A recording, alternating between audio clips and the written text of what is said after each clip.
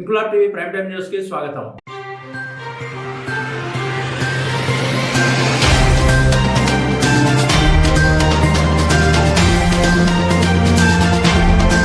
మహాత్మా గాంధీ పేరుతో 2006 ఫిబ్రవరి 2వ తేదీన గ్రామీణ పేదలకు, రైతులకు, కర్షకులకు ఉపాధి కల్పన కోసం ఏర్పాటు చేసిన నరేగా పథకాన్ని యథావిధిగా కొనసాగించాలని కోరుతూ నేడు కాంగ్రెస్ పార్టీ ఆధ్వర్యంలో ప్రకాశం జిల్లా కాంగ్రెస్ పార్టీ అధ్యక్షుడు షేక్ సైదా అధ్యక్షతన పట్నంలోని ప్రెస్ క్లబ్ లో జరిగిన రౌండ్ టేబుల్ సమావేశంలో వివిధ రాజకీయ పక్షాల నేతలు, కార్మిక, కర్షక సంఘాల నేతలు డిమాండ్ చేశారు. ఈ సమావేశంలో జిల్లా కాంగ్రెస్ పార్టీ అధ్యక్షుడు షేక్ సైదా మాట్లాడుతూ 20 సంవత్సరాల క్రితం గ్రామీణ సన్నకారు రైతులకు, బడుగు బలహీన వర్గాలు వలసల బాటను పట్టకుండా వారికి ఉపాధి కల్పించడం కోసం మహాత్మా గాంధీ గ్రామీణ ఉపాధి హామీ పథకాన్ని ఆనాటి కాంగ్రెస్ ప్రభుత్వం, ఆనాటి ప్రధాని మన్మోహన్ సింగ్, యూపీఏ చైర్మన్ శ్రీమతి సోనియా గాంధీ, ఉమ్మడి ఆంధ్రప్రదేశ్ ముఖ్యమంత్రి స్వర్గీయ వైఎస్ రాజశేఖర రెడ్డి ఆధ్వర్యంలో ఆంధ్రప్రదేశ్ లోని అనంతపురం జిల్లా బండ్లపల్లి గ్రామంలో ప్రారంభించారని, ఆనాటి నుండి ఈనాటి వరకు ఉమ్మడి ఆంధ్రప్రదేశ్ లో కోట్లాది మందికి ఈ పథకం ద్వారా లబ్ధి చేకూరిందని, అలాంటి మహోన్నత పథకానికి మహాత్మా గాంధీ పేరును తొలగించి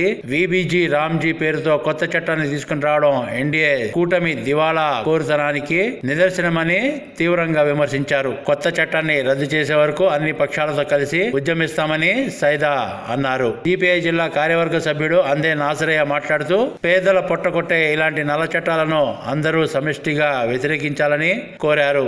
ఆప్ జిల్లా అధ్యక్షుడు సుదర్శన్ మాట్లాడుతూ బీజేపీ నియంతృత్వ పాలనలో ప్రతిపక్ష నేతలను అనేక మందిని జైలుకు పంపించిన ఘనత మోడీ, అమిత్ షాలదేనని, రానున్న రోజుల్లో బీజేపీ మూల్యం చెల్లించుకోక తప్పదని ఘాటుగా విమర్శించారు. సిపిఎం నాయకులు బాలనాగయ్య మాట్లాడుతూ ఎన్డీఏ కూటమి 12 సంవత్సరాల కాలంలో దేశాన్ని అన్ని విధాలుగా నాశనం చేసిందని, అదానీ, అంబానీలకు ఈ దేశ సంపదను దోచిపెట్టిందని తీవ్రంగా విమర్శించారు. ఈ కార్యక్రమంలో మార్కాపురం పట్టణ కాంగ్రెస్ పార్టీ అధ్యక్షుడు సయ్యద్ ఇమ్రాన్, సిపిఎం పట్టణాధ్యక్షుడు ఏడుకొండలు, సిపిఐ నియోజకవర్గ కార్యదర్శి షేక్ హాసిం, జిల్లా మహిళా కాంగ్రెస్ అధ్యక్షురాలు షేక్ రెహనాబాను, సిఐటియు జిల్లా అధ్యక్షుడు రూబెన్, కర్లపాడు మండల కాంగ్రెస్ పార్టీ అధ్యక్షుడు షేక్ హుసేన్, వెల్ఫేర్ పార్టీ మార్కాపూర్ పట్టణాధ్యక్షుడు షేక్ రసూల్, ఎంపీజీఏ పార్టీ నాయకులు షేక్ మీరావలి, జిల్లా కాంగ్రెస్ పార్టీ ప్రధాన కార్యదర్శి షేక్ సుబానీ, మార్కాపురం పట్టణ కాంగ్రెస్ పార్టీ నాయకుడు అబ్దుల్లా, హాసిం, ఇమ్రాన్, అల్తాఫ్ తదితరులు పాల్గొన్నారు.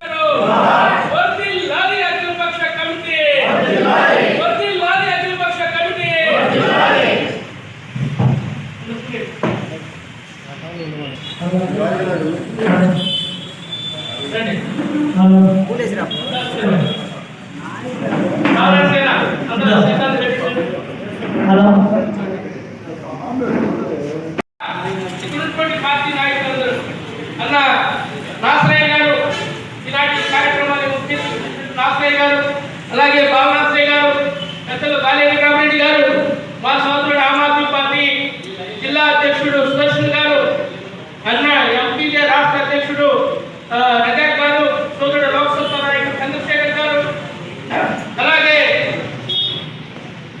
వెల్ఫేర్ పార్టీ రసూల్ భాయ్ గారు, అలాగే రూబెన్ గారు, అలాగే మా పట్టణ కాంగ్రెస్ పార్టీ అధ్యక్షుడు ఇమ్రాన్ సాహెబ్ గారు, జిల్లా కాంగ్రెస్ పార్టీ మైనార్టీ అధ్యక్షుడు మహబూబాలి గారు,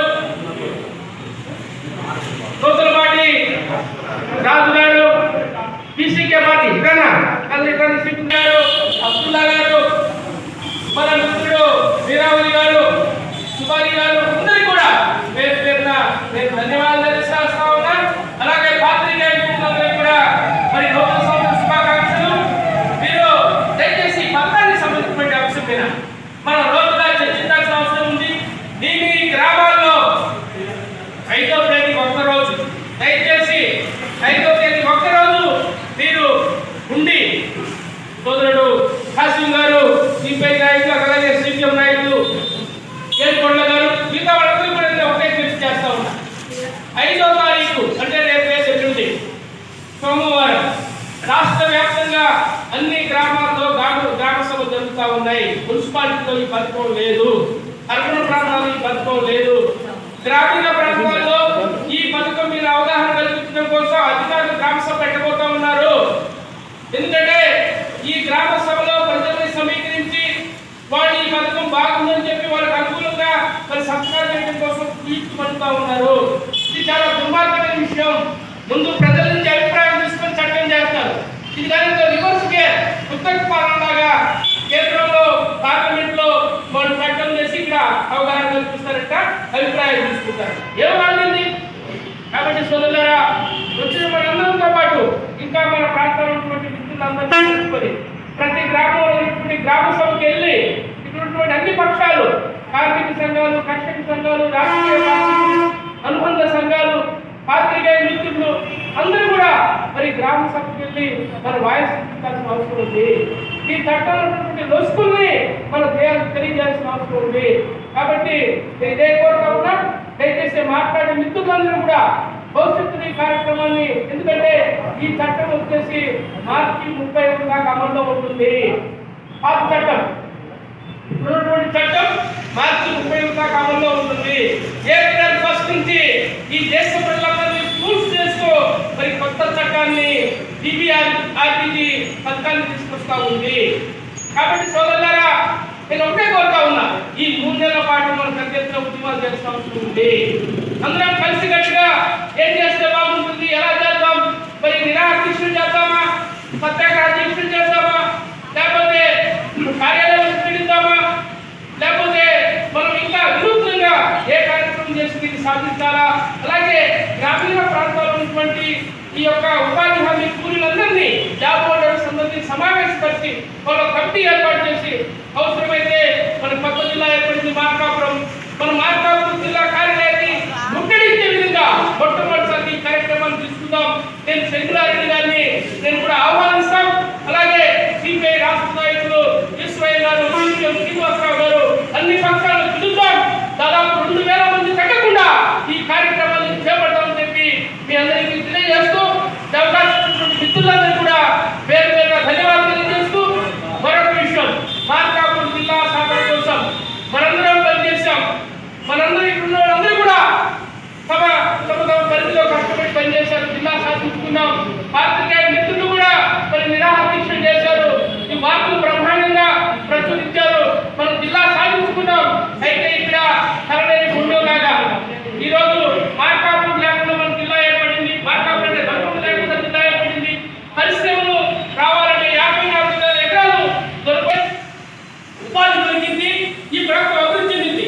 కానీ పశ్చిమ ప్రాంత నాయకుల కుట్ర వల్ల ఈరోజు 5 అసెంబ్లీ నియోజకవర్గాలకి జిల్లా ఏర్పాటు చేస్తా ఉన్నారు. ఆ రోజు మాట ఇచ్చినటువంటి పెద్ద మనుషులు ఈరోజు అధికారంలో ఉన్నటువంటి నాయకులు మాట తప్పారు. తలాయినటువంటి దొరకడం తీసుకెళ్ళి ఈరోజు అక్కడ ఒంగోలు జిల్లా వాళ్ళు ఈ 5 అసెంబ్లీ నియోజకవర్గాలకు జిల్లా చేస్తామని చంద్రబాబు గారు మాట ఇచ్చారు. ఈ జిల్లా ఏర్పాటుకు మేము ముందు తెలియజేశారు. అప్పుడు మాజీ శాసనసభ్యులుగా ఉన్నటువంటి కందుల నారాయణ రెడ్డి, అలాగే ఇందులూరు అప్పుడు మాజీ శాసనసభ్యుడైన అశోక్ రెడ్డి, అలాగే కనిగిరి మాజీ శాసనసభ్యుడైనటువంటి అప్పుడు మాజీ శాసనసభ్యుడు ఉత్తరనరసింహారెడ్డి, అలాగే ఎర్రగొండపాలెం నియోజకవర్గం ఇన్ఛార్జ్. ఇప్పుడు ఈ ప్రాంతం, ఈ 4 అసెంబ్లీ నియోజకవర్గాలు అటవీ ప్రాంతం. మీకు తెలుసు ఏముంది అడవిలో, ఏం చేయాలి, ఏమి బతకాలా, మన బిడ్డల భవిష్యత్తు ఏంటి, మన ప్రాంత అభివృద్ధి ఏంటి, మనకి ఉపాధి ఏంటి. ఈరోజు మనం చూసాం, గతంలో 40,000 మంది పలకల పరిశ్రమ మీద ఆధారపడి జీవించే ఈ ప్రాంతం. ఆ పలకల పరిశ్రమ కుదేలైపోయింది. ఈరోజు మన బిడ్డలందరూ కూడా పోయి విజయవాడ, హైదరాబాద్ పోయి ఆటో నడుపుకుంటూ ఉన్నారు, ఉపాధి లేకుండా పోయింది. ఒక పక్క చూస్తే రామాయపట్నం పోర్ట్ అది తీసుకొచ్చి ఒంగోలు జిల్లాలో కలుపుతున్నారు. మరోపక్క గుళ్ళకమ్మ రిజర్వాయర్ 18 నియోజకవర్గం తీసుకొచ్చి కలుపుకొని గుళ్ళకమ్మ రిజర్వాయర్ తెచ్చుకున్నారు. రామచంద్ర జలాశయం వచ్చింది. మరి వేల కోట్ల విదేశీ మార్గంలో వచ్చేటువంటి వేలాది మందికి ఉపాధి కల్పిస్తున్నటువంటి ప్రపంచ ప్రసిద్ధి చెందిన గెలాక్సీ గ్రానైట్ శివకృతి, మరి దాన్ని కూడా సత్తులూరు పాటు చేసుకుంటూ ఒంగోలు కలుపుకున్నారు. ఇంకా మనకి ఏమీ లేదు, ఇక్కడ దొరకకుండా కూర్చోని కలుపుతారంటే అది లేదు. ఇప్పుడు దొరకకుండా పక్కనే ఒక 5-6 కిలోమీటర్ల దూరంలో మనకి మన మార్కాపురం దగ్గరలో దాన్ని తీసుకెళ్ళి మీరు ఒంగోలులో కలిపితే ఏం చేయాలి? మేము మీ పారదర్శకది జగన్కి మీకు తేడా ఏంటి? వాళ్ళు దొంగలే, మీరు దొంగలే. ఇంకా ఈ సిగ్గు లేకుండా అనాభిషేకాలు చేసుకుంటూ ఉన్నారు. ఇది చాలా దుర్మార్గమైన విషయం. మరొక విషయం నేను ప్రస్తావిస్తూ ఉన్నా, జిల్లా ఉద్యమంలో మేము ఇంతమంది పనిచేస్తే కనీసం గౌరవంగా ఈ యొక్క సంక్రమణని ఆహ్వానించినటువంటి అధికారి లేడు. చాలా దుర్మార్గమైన విషయం.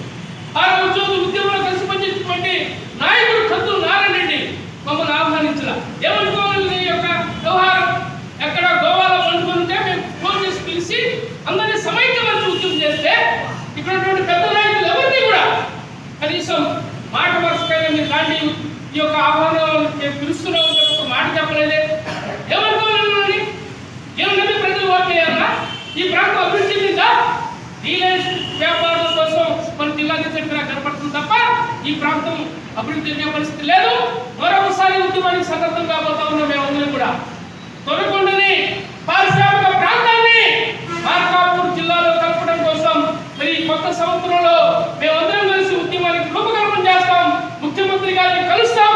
మంత్రులు ఇల్లు ఎమ్మెల్యేలు ఇల్లు ముట్టడిస్తామని చెప్పి కూడా తెలియజేస్తూ ఈ అవకాశం ఇచ్చినటువంటి మీ అందరికీ పేరు పేరున ధన్యవాదాలు తెలియజేస్తూ సెలవు తీసుకుంటాం. ఇంక్లాబ్ టీవీ వీడియోలు మీకు నచ్చినట్లయితే లైక్ చేయండి, షేర్ చేయండి, కమెంట్ చేయడం మర్చిపోకండి. సబ్స్క్రైబ్ చేయని వాళ్ళు వెంటనే సబ్స్క్రైబ్ చేసుకోండి. మా వీడియోలు మీరు వెంటనే చూడాలనుకుంటే కింద ఉన్న గంట సింబల్ని గట్టిగా కొట్టండి.